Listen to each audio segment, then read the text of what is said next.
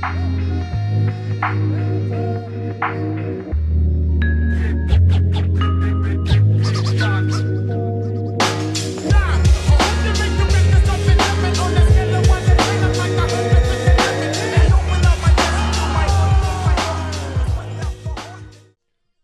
good, fight fans? Welcome back to another episode of Combat and Kick It. You already know. It's your host, Bando, and we are back at it with a fresh episode. Because UFC 324 is this weekend. We got Paddy Pimblett going up against Justin Gaethje. I already did the full card breakdown, so if you haven't viewed that, I'll put it down below or something like that where you could end up clicking to it real quick, and you can go check that out. But tonight, I am doing the high-stakes fighter breakdown. I'm Paddy the Baddy Pimblett. So let's waste no time. Let's get into it. Let's smoke. Paddy the Baddy Pimblett. Well known, highly talked about, and he is one of those fighters that has stretched his name outside of the actual fight game and has brought the casual fan's eye into the game a little bit. Now, Paddy the Baddy, very talented, very skilled fighter, and obviously all the hype. He is undefeated in the UFC, not undefeated in his career. I think he's 23-3, but he's undefeated 7-0 in the UFC with major wins over guys like Tony Ferguson, Bobby Green, Michael Chandler. These are huge accomplishments on the move up. I know Tony Ferguson was on the downfall. I know Bobby Green has fought a lot of guys already, and Michael Chandler's he's not popping, but every single performance that Paddy had with those guys were all impressive performances. When I look at Paddy, at first I'm almost seeing a guy that I don't expect to go in there and be able to win. I don't expect the guy to go in there and be able to dominate. I don't expect the guy to go in there and get a knockout or a TKO or some sort of finish like that. It's very unexpected. But Paddy he's a sleeper. Paddy is the type of fighter that is a sleeper, and you cannot sleep on Paddy Pimblett, right? So obviously he's got to fight with Justin Gaethje. That's what we're here for. That's what we're going to really, really talk about. But when you're analyzing the fighter of Paddy Pimblett, you have to look at a lot of things that he has the most success at. Obviously, his ground game, his Brazilian Jiu-Jitsu is something that has really brought him to the dance. Now, he'll get in scraps. He'll get to swinging a little bit. He'll have a little bit of fun in there. He's not somebody who's straight diving for the legs right as soon as the bell rings. But we know his jiu-jitsu is something that has carried him. Example, if you go back and you watch him against Bobby Green, the submission he put on Bobby Green, the way that he got him, it was very slick. It was very slick, and I think Bobby expected himself to not fall suit to that. But Paddy is tricky. Paddy is tricky, and he can catch you slipping. The thing about it, you had them have their exchange, right? Bobby and Paddy have the exchange. Bobby shoots for a double leg. Paddy immediately jumps guillotine when he shoots for that double leg, right? But Paddy realized this is where you have to see the skill set of Paddy Pimblett. And I know a lot of people want to not give him the credibility, but when you look at the skill set, this is shown right here how slick this sequence was. I'm going to try to post most of it down here so you can see it as well. But it was so slick. Shot for the double leg, gets him in a guillotine choke, clearly sees that he does not have hit secure enough, right? So through transition, he gets him into an arm bar, secures the arm, and ends up getting him into a triangle choke and puts Bobby Green to sleep. It was just a slick sequence. When you're looking at guys that are top-tier Brazilian Jiu-Jitsu experts, that's something that a lot of them would back up and say was a beautiful transition. The man is a second-degree black belt in Brazilian Jiu-Jitsu, rightfully so.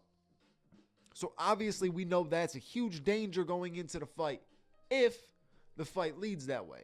The interesting thing is when Paddy gets these submissions or minutes on the ground where he's getting work in, where he's putting damage to you, it was never him engaging it. If you really look at all of them, it was never him engaging it. He ends up getting the finish on Michael Chandler. Michael Chandler was the one that engaged in the takedown. Gets the finish over Bobby Green. Bobby Green engaged in the takedown. Right? You guys are going to his strength instead of fighting him where you should be able to be the best against him at the top. I don't know. I think if you go in there with the mindset that you could wrestle and grapple with Paddy Pimblett, you might end up getting submitted. He's dangerous. We have to just give him that credibility. He's dangerous. The way he's slick, right? He can draw you into into something where you can get some false hope, that false confidence, and he could end up getting you in a slick submission. So you got to be careful against Paddy. Now, we look at Paddy striking. It's nothing that we haven't seen before. It's nothing crazy special. He's not this power striker. He's not a huge boxing puncher. He's nothing crazy special, right? He's got some decent counter punches. You watch him against Michael Chandler. He was countering well. But the one thing he did against Michael Chandler in those counters was kept his chin up. Now, I think it was one of Michael Chandler's piss poor performances, if I'm being honest with you. It wasn't a good Michael Chandler outing. Right? I think Paddy looked great, but at the same time, I do think Michael Chandler wasn't on his best that night. Either way, I think Paddy could have ended up getting that win regardless. After seeing the way that he did perform in that fight, he clearly came ready. He came ready for the matchup that he was going up against. And that's just what you have to do. You have to come in prepared. That's the thing with this fight. How prepared is Paddy going to be coming into this fight? Obviously, it's a difficult fight. You had a guy who was explosive fast, in your grill, looking to scrap, ready to fight with Michael Chandler. So you kind of had a bit of preparation in the last fight for a heavy-paced style of a lot of swinging. But the difference is Justin Gaethje can lock it in and end up taking over. If you look at, obviously, the Tony Ferguson fight will always be one that I bring up. You go back to Fiziev too. There's just moments where Gaethje, he starts to find his rhythm, and if he finds his rhythm, his shots are landing and your shots aren't. That's all she wrote. Sometimes he's not always going to get the knockout, but he's going to beat you down for 3 to 5 rounds. Now, Paddy's got to be extremely careful when it comes to wanting to get in heavy exchanges with Justin Gaethje. Like I said, Paddy is not known for the knockouts. Not saying that he can't get a knockout, but he's not known for the knockouts. And you definitely don't want to get put in a situation where your back is to the cage and you're swinging with Justin Gaethje, hoping that your right hand lands before his. And let me tell you, even if it does and his still lands, his is probably going to be the one to do more damage. So Paddy's just got to be careful in that sense. If the fight goes to the ground, obviously we've already talked about the skill set. It's dangerous, but the thing with Justin Gaethje's fights, they really don't go to the ground too often. So it's going to be a very interesting thing to see how this is all going to pan out, what the game plan is going to be for Paddy Pimblett, what the game plan is going to be for Justin Gaethje. But that leads me into the keys for Paddy Pimblett. For him to go in there and actually beat Justin Gaethje, these are the keys to victory. All right, so in my opinion, first key to victory is you got to weather that early onslaught, that early storm from Justin Gaethje. You know it is coming. First round, he is ready to scrap. Get past it. You just got to get past it, right? Get past it. Now, like I said, Gaethje can find his rhythm, so it could be dangerous. But he's also extremely dangerous in those first few minutes. For guys that are not known to get into scraps, right? He's not as dangerous against a guy like Michael Chandler, Dustin Poirier, Max Holloway. Guys that are known to get in scraps, but Paddy's not known to get in scraps. This could be dangerous for Paddy. So you got to kind of weather that early onslaught. Sometimes Justin doesn't come with all the heat, but you still need to kind of just pace yourself. Pace yourself. I think second key to victory, some feints and level changes, right? You have to work those in. We know Paddy is great on the ground, but he's not somebody who is known to initiate the grappling as much. So he has to kind of keep it as something, even if he doesn't shoot, right? Even if he doesn't shoot, he just keeps Justin thinking. I think if he just keeps Justin thinking that it's a possibility that this fight can be something that might move to the ground, it gives Justin another thing to look for and doesn't allow him to get as comfortable as he can when it comes to his striking. Feints, Justin's seen feints. There's not many that you're going to be able to get him with, especially when your hands are as low as Paddy's. Paddy keeps his hands right here. It's hard to really get feints that are going to get a guy like Justin Gaethje to bite, but the feints that are going to be faking to get the takedown, those kinds of feints, you need those. You definitely need those. So as a key to victory.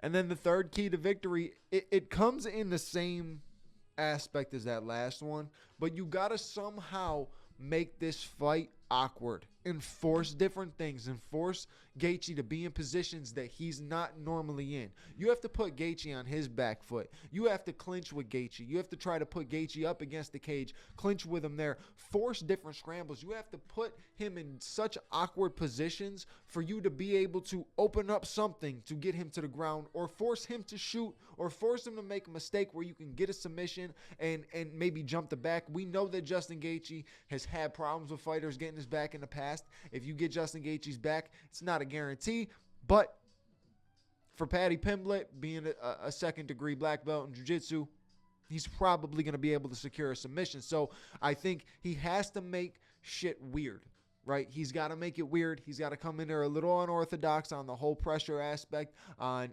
pushing Justin Gaethje back, getting him up against the cage, putting him in clinches. It also doesn't allow Gaethje to send his best shots off. Once Gaethje starts getting in the rhythm of boxing and landing continuous leg kicks, then it's one of those things where he might be able to throw the rhythm, the tempo, all the different things that Justin Gaethje has off and be able to potentially take over. He's just got to make the fight awkward for Gaethje. I think that's really just that simple. He's got to make the fight awkward for Gaethje. It makes it difficult for Gaethje, and it also opens up opportunities for Paddy. All right. Whenever there are keys to victory, there are also different things that can cause your ass to lose. So we are getting into the negatives for Paddy Pimblett up against Justin Gaethje. The first one's pretty obvious. We all know this one. It is the biggest discussion for this fight. Is Paddy Pimblett's chin going to be able to withstand these shots that are going to come from Justin Gaethje?